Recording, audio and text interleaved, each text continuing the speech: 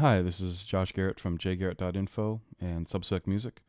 On my last demonstration video, I had a question that had to do with recording envelopes that were unlinked to the loop of the clip.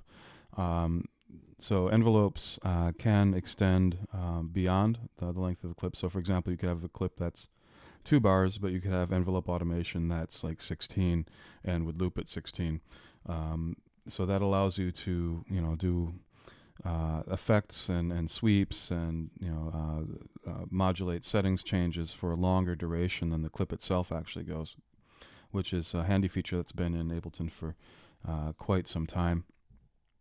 For this demonstration, I'm using a piece of my live set where I have my main acid track here, which is actually a MIDI track with a virtual 303 running. So in this case, I'm using Audio Realism Bassline 2. Okay, so here you can hear the bass lines going, and I'm just modulating the settings using my APC 40.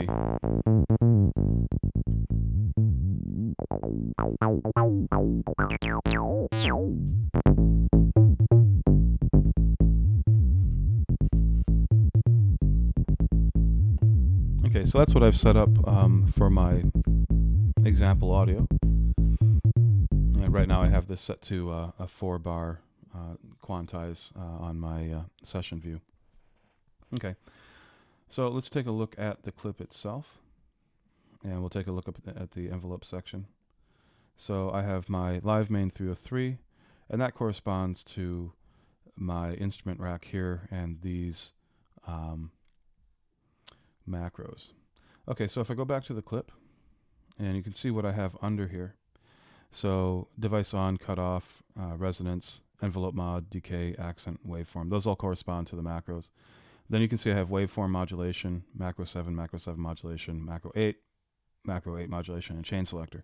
So these waveform modulations appear because I had legacy modulation from Ableton Live 8 present in this clip previously. Because you can see that there's no red boxes or red squares next to any of these, it means that there's no actual automation in any of these on any of these envelopes. I've gone ahead and cleared that out for the purpose of this demo. Okay, so you can see I've still got my clip going. I'll go ahead and stop the time overall. So I set everything back to normal. Now, normally, if I'm recording my automation, so I'm going to record this track, and I'm going to record my automation in there. So you see I have automation armed, and then I'm going to run it, and I'm going to set that to record. Let's see, there we go. So now you can see that that's recording, and it's looping right now. I'm going to modulate the cutoff just by grabbing the cutoff knob, and you see that it's selected cutoff there. Now you can see it's not recording it yet, but you can see that I'm controlling the modulation. So to now record, I just hit the record button. I'm sorry, not that record button. The record arm for the clip. And you can see that I'm recording my automation here for the cutoff. And if I stop during one pass, it just overwrites with even blank time. So I'm just going to catch it around. Okay, so now you can see it's going to be playing that. If I go back to the view of the instrument rack, you can see that my cutoff macro is moving around, corresponding to with the envelope. And there's that little red square that indicates that there is automation controlling it. Okay, now I'm going to do the same thing but with the resonance. So let me go back to, actually I can even just do it from here.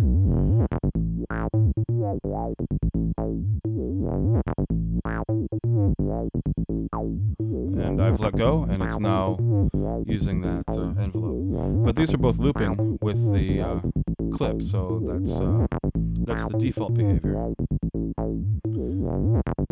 So I'm going to go ahead and stop it looping, and stop it recording and all that. And what I'm going to do now is get this to extend outside the loop of the clip. So the clip loops for 2 bars. I'm going to start with my cutoff. I'm going to unlink it. And when you unlink it, then the settings over here for the envelope come on. So you have a start and a loop, and it's very similar to what you have under the notes section for the clip itself, except in this case these refer to the envelope. And so you can unloop the envelope, so basically it plays through once, or you can loop it, tell it where the loop starts and how long the loop is. In this case I'm going to do a 16 bar loop. Okay, and now you can see my automation appears in bars 1 and 2, and there's just a flat line out of 3 from whatever the setting was at the end of 2. But now I can record this. Okay.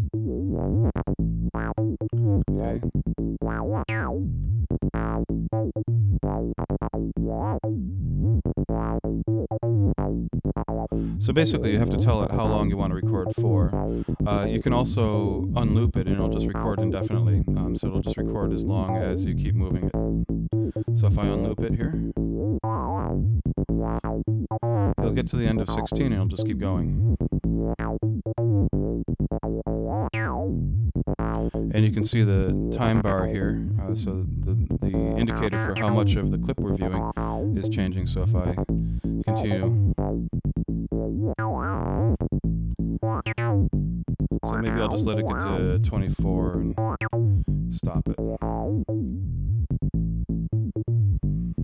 And maybe I'll turn that back on to loop. Let's say that's looping at 24. So there's now my clip for my automation.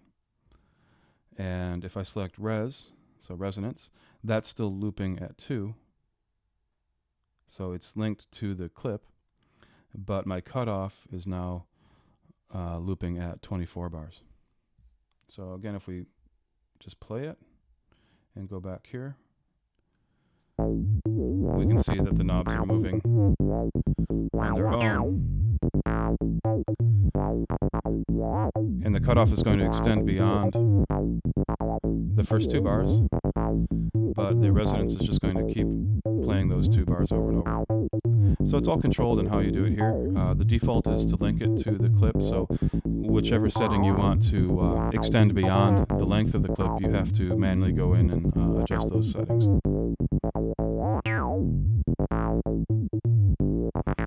So thanks again for checking out one of my videos. Feel free to send comments, drop lines, drop me an email at info@jgarrett.info. And thanks again.